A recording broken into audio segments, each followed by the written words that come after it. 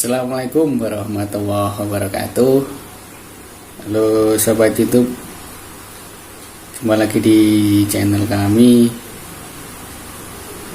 Setelah lama tidak mengupload video, hari ini saya akan membahas kira-kira untuk jadi seorang petani di era yang sekarang ini, yang kita sama-sama rasakan. Mungkin untuk para petani banyak sekali kendala-kendala yang kita alami, mulai dari tersedianya pupuk, kemudian cuaca ekstrim, dan fluktuatif untuk harga jual.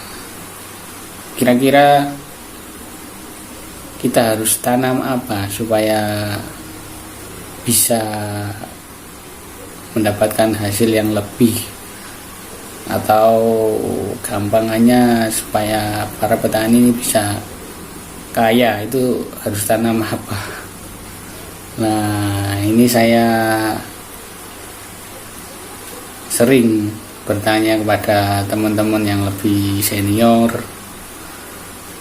dan juga para sesepuh dari dunia pertanian ini. Jadi saya mendapatkan beberapa jawaban yang bisa jadi pertimbangan untuk kita para petani pemula dan juga para pecinta tanaman dan pecinta tanduran untuk ke depan ini harus tanam apa. Coba kita bahas. Kalau petani yang zaman dahulu, mungkin yang pertama mereka akan tanam padi, jagung, atau singkong, ketela. Intinya mereka tanam tanaman yang untuk makanan pokok. Ternyata saya tanya beberapa orang, untuk saat ini tanam padi, katanya, waduh mas, kalau tanam padi sekarang ini pakpok atau impas, dengan biaya produksi kemudian menghasilkan gabah, dijual harganya mungkin kurang layak buat para petani.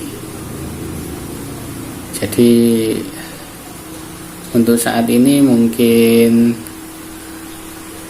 kurang recommended, kecuali memang untuk tanah yang hanya bisa ditanami padi, jadi tidak ada pilihan. Kalau di daerah kami di Kecamatan Wajak, Kabupaten Malang, saat ini para petani banyak yang beralih ke berkebun buah. Kalau dulu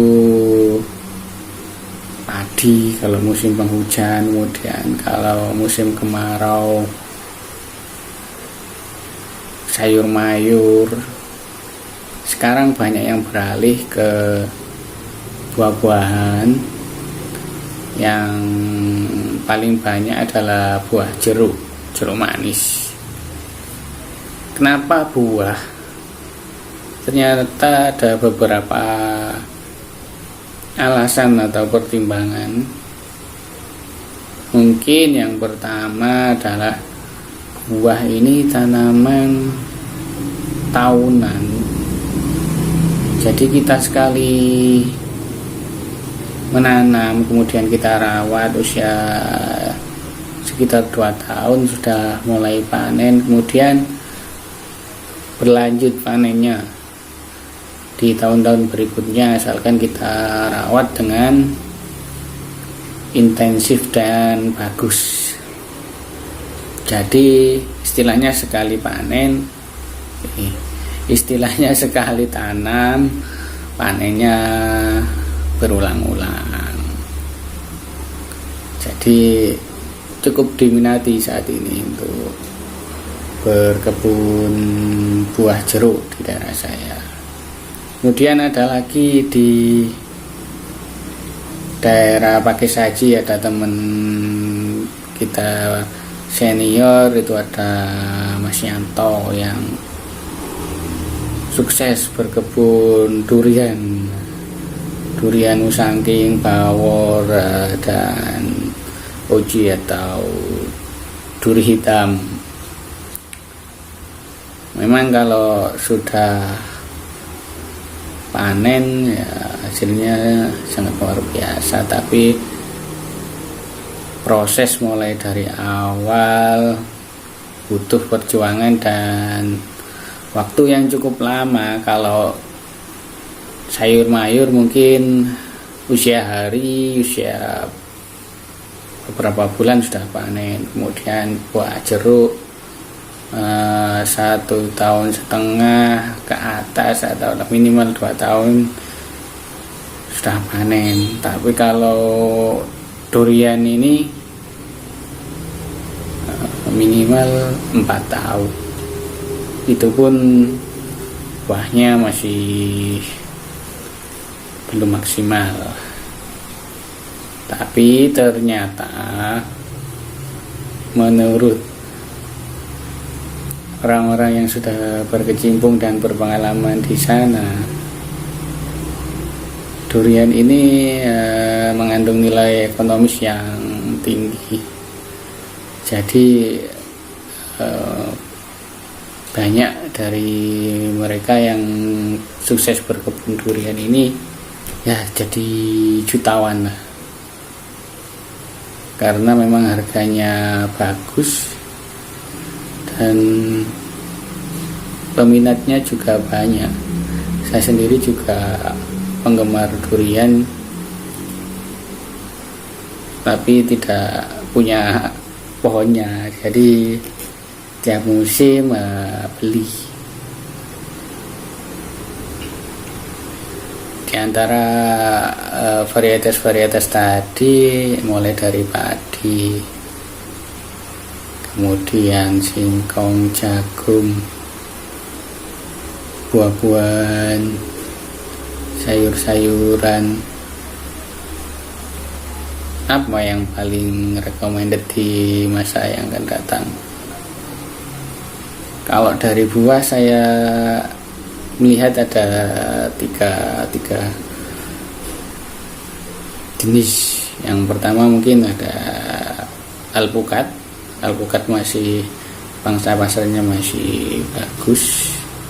Kemudian ada jeruk manis, dan ketiga ada durian.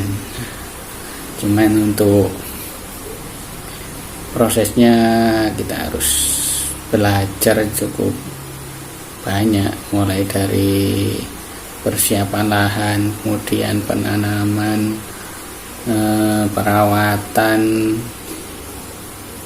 sebelum dan saat berbuah, kemudian ketika selesai berbuah, kemudian bagaimana kita menjual hasilnya. Itu salah satu hal yang harus kita lewati. Semuanya, bukan salah satu. Jadi intinya dari video ini, saya beranggapan bahwa berkebun buah mungkin insya Allah masih lebih menguntungkan lah daripada kita tanam yang lain. Karena semakin kesini kesadaran masyarakat untuk hidup sehat juga terus meningkat. Jadi kebutuhan akan buah-buahan juga akan meningkat pula. Bagi teman-teman yang sudah expert ataupun yang ahli di bidang ini, tolonglah dikasih masukan buat para petani pemula. Karena memang sebagai seorang petani itu untuk membuktikan sebuah ucapan atau teori itu butuh waktu yang lama, butuh biaya yang banyak, jadi tidak main-main kalau sebagai seorang petani.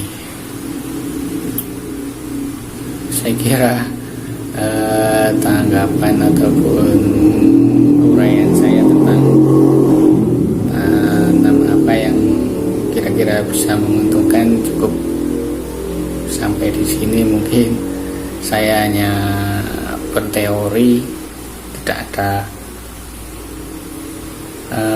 bukti secara rinci. Saya hanya melihat di masyarakat, di tetangga-tetangga yang berhasil itu kira-kira mereka tanam apa.